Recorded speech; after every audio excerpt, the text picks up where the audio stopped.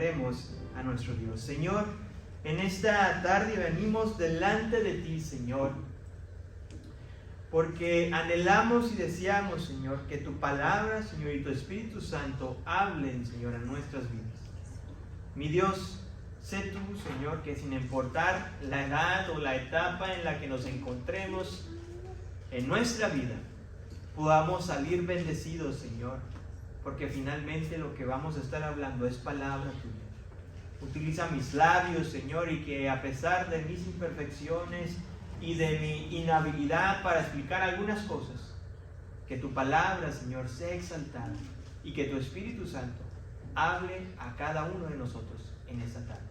En tu nombre, Señor, oramos. Amén, Señor. Bien.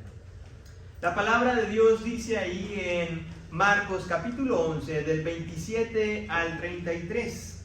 Marcos capítulo 11, del 27 al 33. Vamos a dar lectura a estos versículos. Y dice así: llegaron de nuevo a Jerusalén, y cuando Jesús andaba por el templo, se acercaron a él los principales sacerdotes, los escribas y los ancianos, y le preguntaron: ¿con qué autoridad haces estas cosas? ¿O quién te dio autoridad para hacer esto? Jesús le respondió: yo también les haré una pregunta, respóndala, y entonces les diré con qué autoridad hago estas cosas. ¿El bautismo de Juan era del cielo o de los hombres? Respondan. Y ellos discutían entre sí diciendo: si decimos del cielo, él dirá: entonces ¿por qué no le creyeron? Pero si decimos de los hombres, pero temían a la multitud, porque todos consideraban que Juan verdaderamente había sido un profeta. Respondiendo a Jesús dijeron: no sabemos. Jesús les dijo: tampoco yo les diré con qué autoridad hago estas cosas. Después de haber sido instruidos por el Señor Jesucristo de poner su fe en Dios, Jesús y sus discípulos se dirigen de nuevo a Jerusalén, al templo donde el Señor había hecho este lugar su salón de clases. El Evangelio de Mateo nos dice que mientras que Jesús estaba enseñando, este grupo de religiosos se acercó a Jesús. Mateo capítulo 21, versículo 23 dice así: cuando Jesús llegó al templo, los principales sacerdotes y los ancianos del pueblo se acercaron a él mientras enseñaba. Desconocemos si estos varones religiosos esperaron a que Jesús terminara de enseñar lo que estaba instruyendo en aquella ocasión, o quizás simplemente por la situación del rechazo y de los celos que tenían hacia Jesús el Maestro, simplemente lo interrumpieron en medio de su enseñanza. No lo sabemos, pero si ustedes me preguntan personalmente, me inclino más por la segunda, que estos varones religiosos interrumpieron a Jesús en medio de su enseñanza. Y esto es porque en la forma en como ellos llegaron a Jesús, haciéndole una pregunta, cuestionándolos, ahí en Marcos capítulo 11, versículo 28, dice así: ¿con qué autoridad haces estas cosas? ¿O quién te dio la autoridad para hacer esto? Marcos desde un principio empieza este pasaje con una tensión en la historia, en la narración, porque resulta que este grupo de personas que se había acercado a Jesús eran nada menos que los encargados de instruir al pueblo de Israel. Estos tres grupos, los principales sacerdotes, los escribas y como los ancianos, conformaban un tribunal que se llama el tribunal del Sanedrín. Este era el supremo tribunal que gobernaba, o que más bien enseñaba al pueblo de Israel en cuestiones religiosas. Era conformado por un grupo de personas de 70 hombres y un sumo sacerdote. Estos eran los guardianes de la vida religiosa del pueblo de Israel. Y los hombres religiosos se acercaron a Jesús para confrontarlo, para acusarlo. Ahora no era todo el Sanedrín, no eran estos 70 hombres, sino que simplemente hubo una delegación de parte que había sido mandado de parte de este tribunal religioso. Es probable que a lo mejor antes de entrar en discusión con el Señor Jesucristo hayan planeado la estrategia. ¿Y qué mejor estrategia de demostrar o de poner en duda la autoridad de alguien? Porque si alguien se presenta y carece de autoridad, ¿por qué escucharlo? ¿Para qué perder el tiempo? Es como aquellos quienes se dedican a la docencia y son maestros, tienen credenciales, tienen un diploma que te respalda y que dice que estás lo suficientemente capacitado para enseñar dicha materia. Y qué mejor manera de desacreditar al Señor Jesús en frente de toda la gente. Pues lo que anhelaban y deseaban es de que la multitud perdiera el respeto hacia Jesús y la admiración a su persona. Es por eso que la pregunta en el versículo 28, ¿con qué autoridad haces estas cosas? ¿O quién te dio la autoridad para hacer esto? No eran preguntas que estaban motivadas por la curiosidad, por el deseo de aprender más acerca de Jesús, sino que era con el deseo de atacar a Jesús. La segunda pregunta, ¿quién te dio la autoridad para hacer esto? Los religiosos en aquel momento se referían a una situación más general, no solamente lo que había ocurrido un día anterior, cuando Jesús ¿se acuerdan? Había expulsado a todos los comerciantes del templo, sino que también desde un aspecto general se referían a sus enseñanzas y a los milagros que había hecho durante todo su ministerio. ¿Quién te dio esta autoridad? Esta no era la primera vez que el Señor Jesucristo era confrontado o que intentaban desacreditar su ministerio y su autoridad.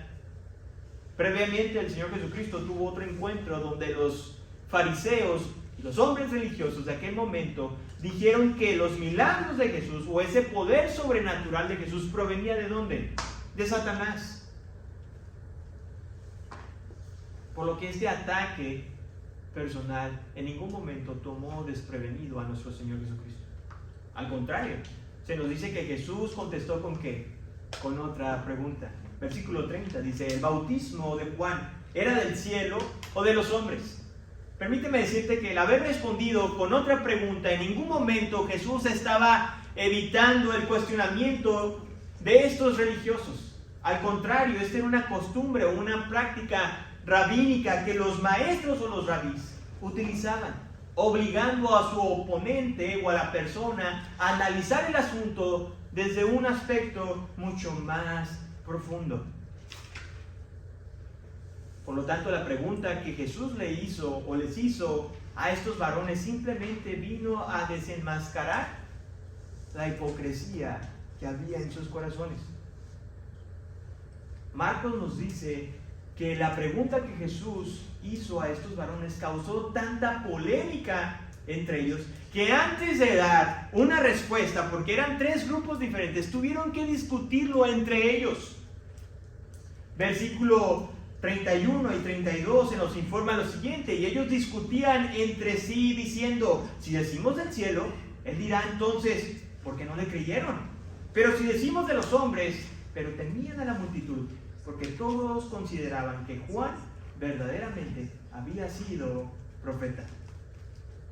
La pregunta de Jesús es como aquellas preguntas que de repente nos llegan a hacer, que nos ponen entre la espada y la pared. Aquella clásica pregunta en la cual si decimos algo quedamos mal con este grupo, o si decimos esto quedamos mal con la otra persona.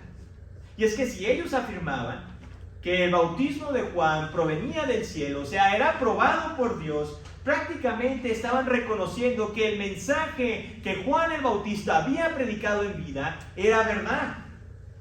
Su mensaje, este mensaje de Juan el Bautista, se centraba en la urgencia del arrepentimiento de las personas, porque el reino de Dios se había acercado.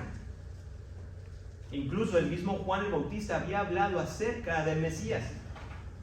En Mateo capítulo 3, versículo 11, aquí las palabras de Juan al respecto: yo en verdad los bautizo a ustedes con agua para arrepentimiento, pero aquel que viene detrás de mí es más poderoso que yo, a quien no soy digno de quitar las sandalias. Él los bautizará con el Espíritu Santo y con fuego.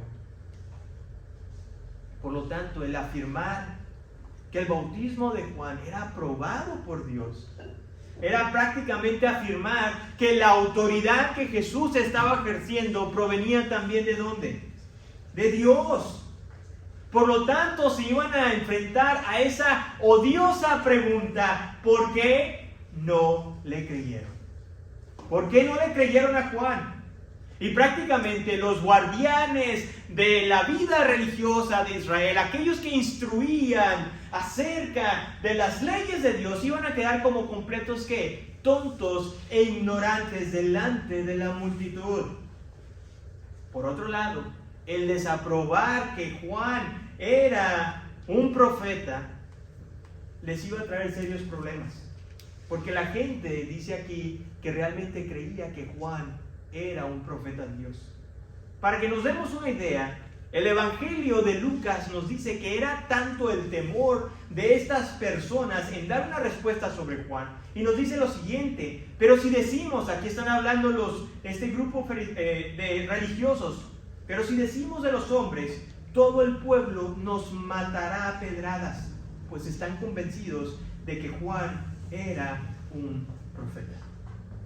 Sabían que si hablaban lo contrario o opinaban lo contrario a lo que la gente o a lo que la gran mayoría creía de Juan, sus vidas correrían un gran peligro. Déjame decirte que esto no solamente era una creencia popular o una leyenda urbana acerca de Juan el Bautista, de que era un profeta de Dios, un enviado de Dios, porque el mismo Jesús avaló su ministerio profético. Estas son las palabras del Señor Jesucristo en Mateo capítulo 11, versículo 9. ¿Qué saliste a ver? ¿A un profeta? Sí, os digo, y uno que es más que un profeta. Ya que ninguna respuesta era aceptable para los hombres religiosos, decidieron fingir ignorancia del asunto y quedarse callados para evitar la vergüenza de la multitud, de toda la gente que estaba congregada en aquella ocasión. Pero permíteme decirte que el silencio de estos varones religiosos simplemente demostró su incapacidad y fracaso como guías espirituales de la nación. Ante la negativa de estos hombres de responder la pregunta de Jesús, el Señor Jesucristo no se vio obligado a responder tampoco la pregunta de ellos. Pero aunque Jesús no la había respondido como tal, si nos ponemos a analizar, Jesús, en este punto de la historia de Marcos, habían transcurrido alrededor de 3 años de ministerio, donde Jesús había demostrado a través de sus enseñanzas, a través de cientos de milagros, que su autoridad y poder provenían ¿de dónde? Del cielo. Eran aprobados por Dios. Y esto nos debe llevar a meditar a lo siguiente: que desafiar la autoridad de Jesús solamente expone nuestra necedad. Desafiar la autoridad de Jesús solamente expone nuestra necedad. Así como aquel día, aquellos hombres religiosos no perdieron la oportunidad de desacreditar la autoridad de Jesús. Hoy también, en estos días, hay muchas personas que no pierden la oportunidad de cuestionar la autoridad de Jesús y buscan cualquier motivo para desacreditar o descalificar las enseñanzas que encontramos aquí en la Biblia. Tal vez argumentos como estos, en alguna vez lo has escuchado, que la Biblia es un libro antiguo, por lo tanto sus enseñanzas son obsoletas. Quizás has escuchado también que la iglesia está simplemente llena de gente que no tiene nada que hacer, por eso se reúnen los domingos y entre semana quizás. Unos más afirman que el tener fe en Dios es prácticamente ir en contra de la ciencia. Pero permíteme decirte que tal desprecio ante el Evangelio de Jesucristo simplemente viene porque el mensaje finalmente expone la verdadera naturaleza del hombre. ¿Y cuál es? De que tú y yo somos pecadores, de que tú y yo somos enemigos de Dios y que por lo tanto necesitamos de un Señor como también de un ¿qué? De un Salvador. para que éste nos salve de la condenación eterna. Definitivamente, cuando las personas escuchan esta clase de mensaje, sus mandíbulas se empiezan a apretar, sus dientes rechinan de enojo, porque exponen la necedad y también la terquedad que hay en el corazón del hombre. Por otro lado, está el grupo también de aquellos quienes asisten a la iglesia y se esfuerzan por vivir vidas moralmente decentes y tienen un cierto conocimiento de Dios, de Jesús y de la Biblia. Sin embargo, sus vidas carecen del gozo del Señor. Son faltos de la esperanza que hay de la resurrección en Cristo Jesús. Simplemente son como estos hombres religiosos en el tiempo del Señor Jesucristo, que indudablemente tienen mayor conocimiento de la Biblia que la gente de afuera. Pero finalmente déjame decirte lo siguiente, que un corazón lleno de información, pero carente de transformación, es un corazón destinado a la condenación. Un corazón lleno de información, pero carente de transformación, es un corazón destinado a la condenación. Porque simplemente llenamos nuestras cabezas de información. Sin embargo, no hay una transformación genuina. Sabemos el lenguaje de la iglesia, sabemos cómo hablar, sabemos recitar versículos de memoria. Quizás la gente nos llega a decir, qué bonito oras o qué hermoso cantas. Sin embargo, nuestras vidas son igual de vacías que la gente que está afuera de estas paredes. Porque el verdadero crecimiento en el conocimiento de Dios, escúchame bien, siempre está condicionado por el sometimiento a la voluntad de nuestro Dios. Queremos realmente conocerle como Él es, tenemos que someternos en obediencia a la voluntad de Dios. Versículo 1 al 12 del capítulo 12 de Marcos dice así: Entonces Jesús comenzó a hablar en parábolas. Un hombre plantó una viña y la cercó con un muro y cavó un estanque debajo del lagar. Y edificó una torre, la arrendó a los labradores y se fue de viaje. Al tiempo de la venta envió un siervo a los labradores para recibir de los labradores su parte de los frutos de la viña. Pero ellos, echándole mano, lo golpearon y lo enviaron con las manos vacías. De nuevo les mandó otro siervo, y a él lo hirieron en la cabeza y lo trataron vergonzosamente. Envió a otro, y a este lo mataron, y así con muchos otros, golpeando a unos y matando a otros. Todavía le quedaba uno, un hijo amado. Les envió a este último diciendo, respetarán a mi hijo. Pero aquellos labradores se dijeron entre sí, este es el heredero. Vengan, matémoslo y la heredad será nuestra. Echándole mano, lo mataron y lo arrojaron fuera de la viña. ¿Qué hará entonces el dueño de la viña?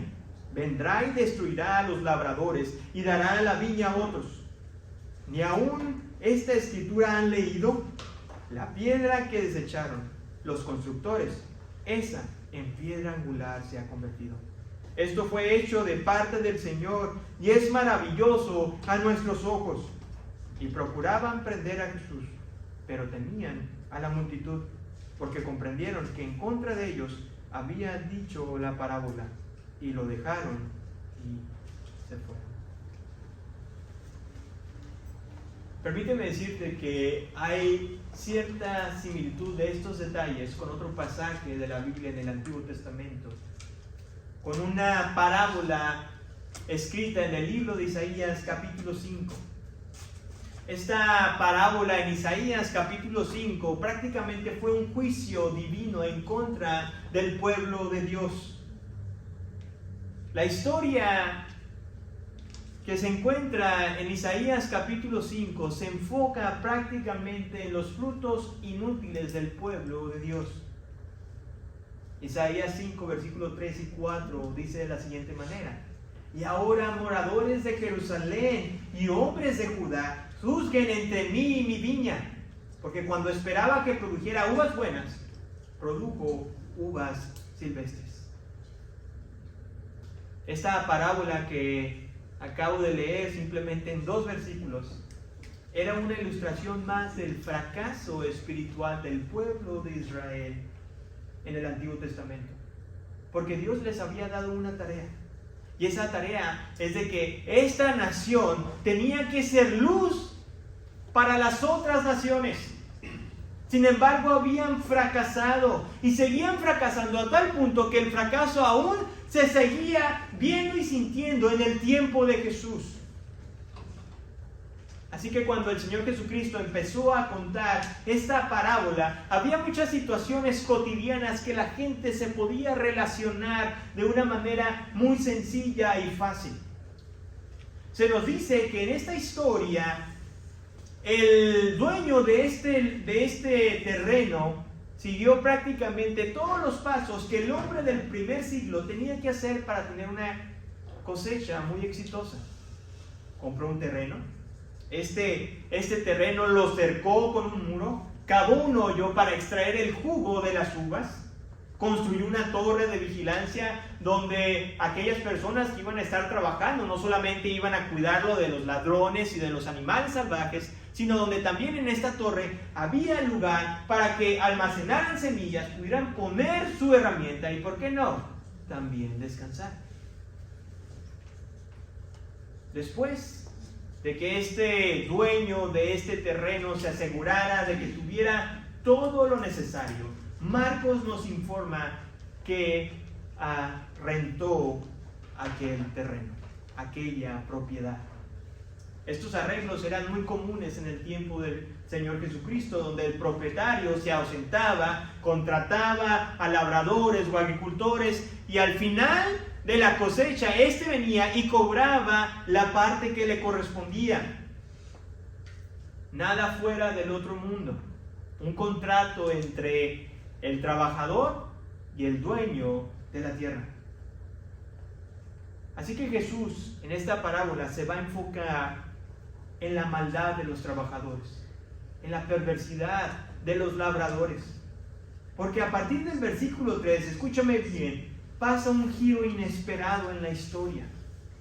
Tanto los oyentes del Señor Jesucristo como aquellos quienes le estamos leyendo la historia, pensaríamos que lo más normal sería de que al final de la cosecha viniera el dueño y que se repartieran las cosas como quedó acordado que en el contrato, fin de la historia, se acabó la parábola. Sin embargo, el Señor Jesucristo a partir del versículo 3, el giro inesperado pasa cuando nos informa que exactamente pasa todo lo contrario. Después de haber enviado al primer siervo, el versículo 3 nos informa que ellos, los labradores, echando mano, lo golpearon y lo enviaron con las manos vacías. Para que te des una idea de la maldad de estos agricultores o trabajadores, la palabra golpearon en el griego literalmente significa arrancar la piel. En otras palabras, el escritor nos está informando que este siervo fue brutalmente golpeado, violentamente ultrajado por estos varones malvados. Pero Jesús vuelve a indicar que este dueño mandó a un segundo siervo. Y la violencia aumentó a partir del tercer siervo, donde drásticamente de ser golpeado tenemos el primer asesinato. El tercer siervo es finalmente asesinado. Y aunque la maldad de estos labradores indudablemente es el enfoque de esta parábola, no podemos hacernos a un lado o poner nuestros ojos ciegos ante la paciencia y misericordia de este dueño de este terreno que mostró ante tan malas personas que estaban trabajando en su terreno. La crueldad de estos varones era simplemente un espejo, escúchame bien. Era simplemente un espejo la crueldad del pueblo de Dios ante los siervos de Dios. Porque resulta que esta parábola estos siervos representaban a los profetas del Antiguo Testamento, quienes también habían sido heridos, quienes también habían sido maltratados y finalmente asesinados por el propio pueblo de Israel. La historia llega a su clímax cuando Jesús nos dice que el dueño manda a su único hijo, a su hijo amado. No sé qué tú estás pensando en este momento, pero definitivamente no es la mejor idea. Quizás lo mejor hubiera sido haber juntado un ejército e ir al lugar a donde estaban aquellos hombres y arrasar con cada uno de ellos. O tal vez, si eres un poco más condescendiente y bondadoso, acudir a las autoridades correspondientes para que éstas a su vez ejercieran la justicia hacia aquellos varones que definitivamente no había nada de bondad en sus corazones. La pregunta sigue quedando en el aire y es la siguiente: ¿podrá ser tan ingenuo este dueño al mandar a su único hijo? Y la tensión se siente porque no solamente era su único hijo, sino que dice que era ¿qué? Su hijo amado. ¿Me entiendes? Digo, a veces conocemos a padres que tienen un hijo y quizás no lo aman. Pero este era su único hijo, y aparte de ser único, era su único hijo amado. Y es que la tensión en la historia está llegando a su punto más alto. Y los oyentes de aquel momento no se estaban dando cuenta que el dueño de este terreno representaba a Dios. Y este único hijo amado representaba ¿a quién? A Jesús. Y esto es lo tremendo, que aunque el pueblo de Israel había maltratado a los profetas de Dios, el Señor seguía mostrando misericordia. Y una misericordia extraordinaria que aún así mandó a su único hijo amado, a predicar una vez más. Juan 3:16, porque de tal manera amó Dios al mundo, que ha dado a su único hijo, para que todo aquel que en él cree no se pierda, mas tenga vida eterna. Por eso, el razonamiento de este dueño es sensato al mandar a su único hijo. Versículo 6 nos dice lo que pensó este dueño: respetarán a mi hijo. Y hay cierta lógica en creer esto, porque si era su único hijo y al mandarlo sería como si él mismo estuviera en aquel lugar. Tenía la misma autoridad que su padre, por lo tanto, estos malvados labradores mostrarían cierto respeto hacia el hijo, quien representaba al dueño. Pero esto nos debe llevar a reflexionar lo siguiente: que la autoridad de Jesús apunta al amor de Dios. La autoridad de Jesús nos lleva o nos apunta al amor de Dios, al amor de Dios. Jesús, como un excelente maestro, enseña desde una manera no solamente dramática, sino también incomprensible para el ser humano, la misericordia extraordinaria de Dios hacia hombres imperfectos y malvados como tú y como yo. Porque a pesar de nuestra enemistad con Dios, a pesar de que constantemente estamos quebrantando su ley, Él envió a su único hijo a morir en el lugar que a ti y a mí nos correspondía.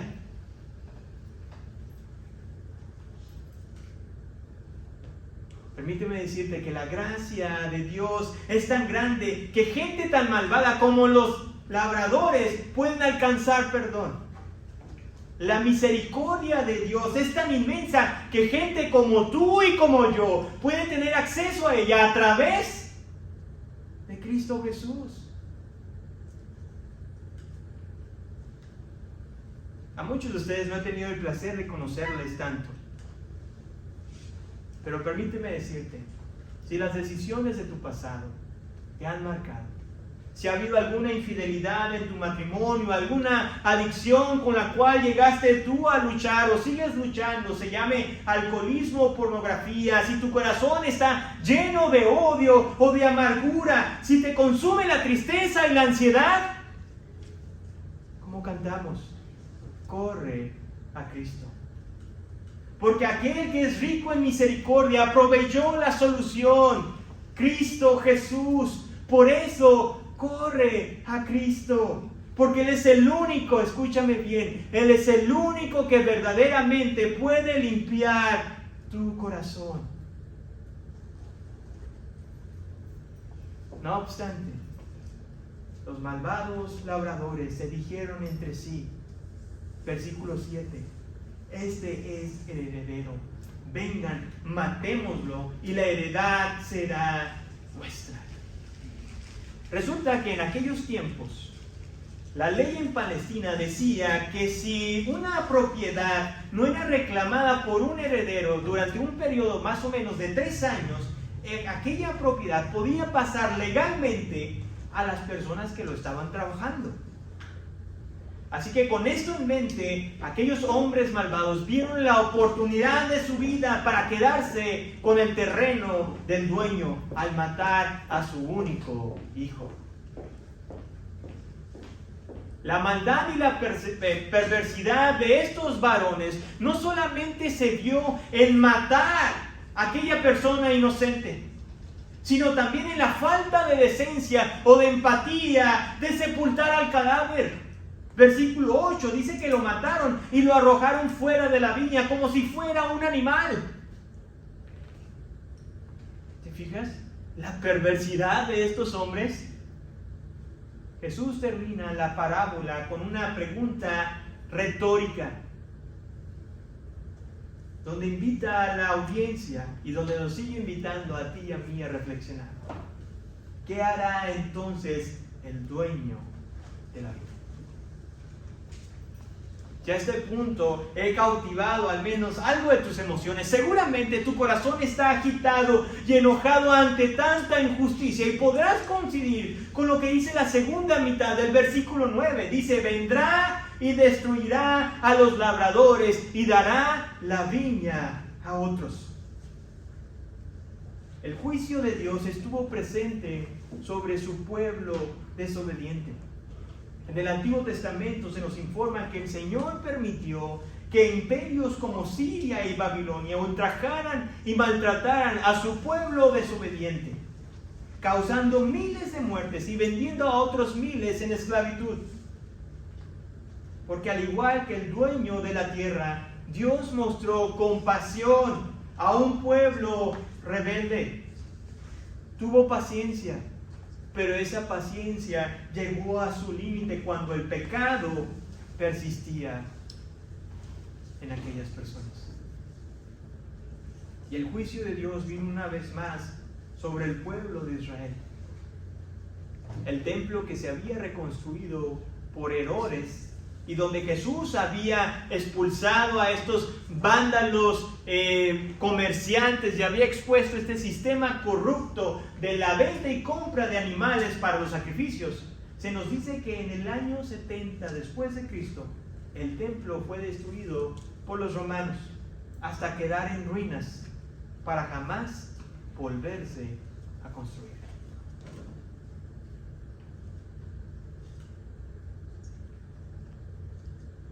Reflexionemos juntos en lo siguiente.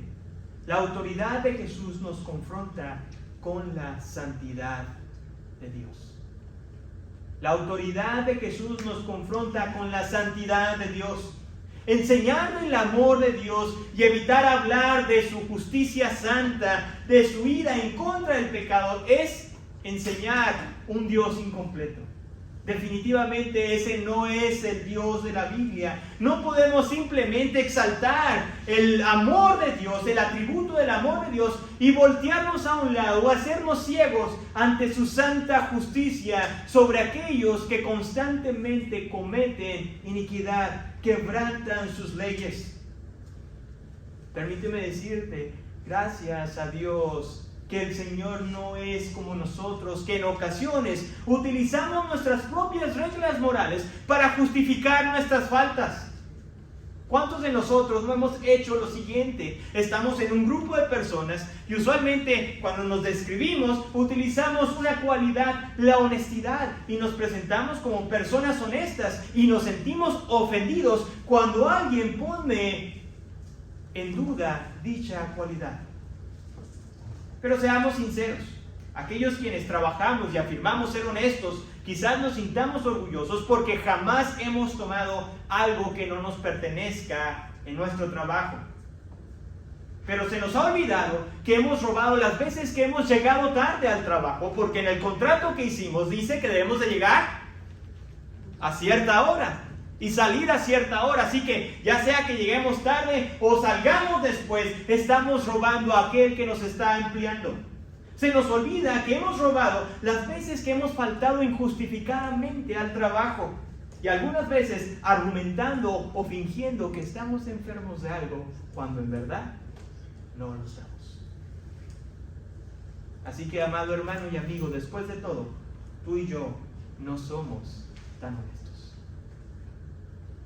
La parábola de los labradores malvados es una advertencia para cada uno de nosotros que persistimos en el pecado. Para aquellos quienes hemos llegado a creer que porque Dios es misericordioso, jamás nos va a castigar y por lo tanto podemos vivir la vida como se nos plazca, en nuestros placeres, viviendo de la forma en que mejor creamos. Definitivamente Dios es un Dios rico en misericordia. Pero también la palabra de Dios nos dice que Dios es un fuego consumidor y no dejará sin castigo a aquellos quienes persisten en desobedecer su ley. En esta historia, los labradores en ningún momento ganaron. Al contrario, fue el dueño, porque dice ahí que la viña fue dada a otros. El Israel étnico se le quitó ese privilegio de ser la luz para las naciones. Y ahora ese privilegio lo tenemos nosotros, la iglesia, esa responsabilidad de llevar a cabo el mensaje de salvación a las demás naciones. Ha sido entregada a cada uno de nosotros, aquellos quienes hemos nacido de nuevo. Versículos 10 y 11. En esta narrativa que Jesús viene desarrollando hay un cambio en la metáfora, porque Jesús pasa de una viña a un edificio y de labradores a constructores. En el versículo 10 Jesús hace la siguiente pregunta: ¿ni aún esta escritura han leído? Jesús estaba haciendo ahora una acusación directa a los hombres religiosos por su falta de discernimiento, de entender el salmo que leímos hace un momento, que mi esposa leyó. Salmo capítulo 118, versículo 22. En el cual es un salmo mesiánico que se está profetizando acerca no solamente de la venida del Señor, sino también de lo que Él haría. Porque aquel que fue rechazado se había convertido en la piedra principal, en la parte más importante del edificio, la base, lo que lo sostiene, absolutamente todo.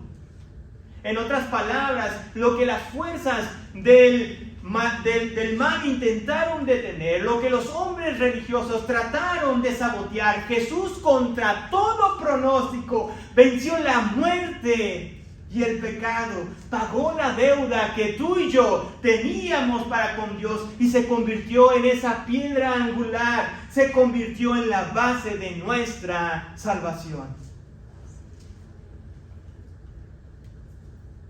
Ante tal declaración y cita de aquel salmo, se nos dice que los religiosos ardieron en ira porque quisieron en ese momento aprenderlo. Sin embargo, por temor a la multitud, se fueron. porque aún el tiempo de Jesús no había llegado. Y si hay algo con lo que deseo que te lleves esta semana a tu corazón y que lo medites con todas tus fuerzas, es lo siguiente. Algunos evaden la autoridad de Jesús, otros optan por ignorarla y unos más tratan de cuestionarla. Sin embargo, su autoridad es innegable. O nos sometemos en humildad a Cristo Jesús, o compadeceremos ante el juez del universo por cada pecado cometido. Oremos a nuestro Dios. Señor, en esta hora venimos delante de ti, Señor, con un corazón, Señor, contrito y humillado, reconociendo, Señor, nuestras flaquezas, reconociendo nuestras faltas delante de ti y sabiendo que no hay absolutamente nadie que se pueda presentar, Señor, delante de ti como bueno. Tu palabra es clara, todos, absolutamente todos, estamos, Señor, lejos de tu gloria. Y en esta tarde, Señor, yo te pido por aquellos, Padre, que a lo mejor siguen confundidos o no saben dónde pasarán el resto de su eternidad. Mi Dios, permite que la escritura expuesta en esta tarde pueda haber llegado hasta lo más profundo de sus corazones y que ellos puedan entender que la única manera de tener esta seguridad eterna es a través de Cristo Jesús, de confesar nuestros pecados, de arrepentirnos delante de cada uno de ellos, delante de ti, y declarar que solamente tú eres nuestro Señor y Salvador. Mi Dios, haz tú la obra de salvación en la vida, Señor, de aquellos que aún no son salvos en este lugar. Como también, Señor, confirma, Señor, nuestra salvación, aquellos quienes tenemos esa seguridad eterna. Y mi Dios, no permitas, Padre, que seamos gente negligente con el llamado, Señor, que tú nos has dado, con la responsabilidad y privilegio de ser embajadores del reino celestial. Ayúdanos en este día, Señor, y en esta semana a esforzarnos, a predicar y anunciar las verdades de aquel que nos movió del reino de las tinieblas a la luz celestial. En tu nombre, Señor, oramos. Amén, Señor.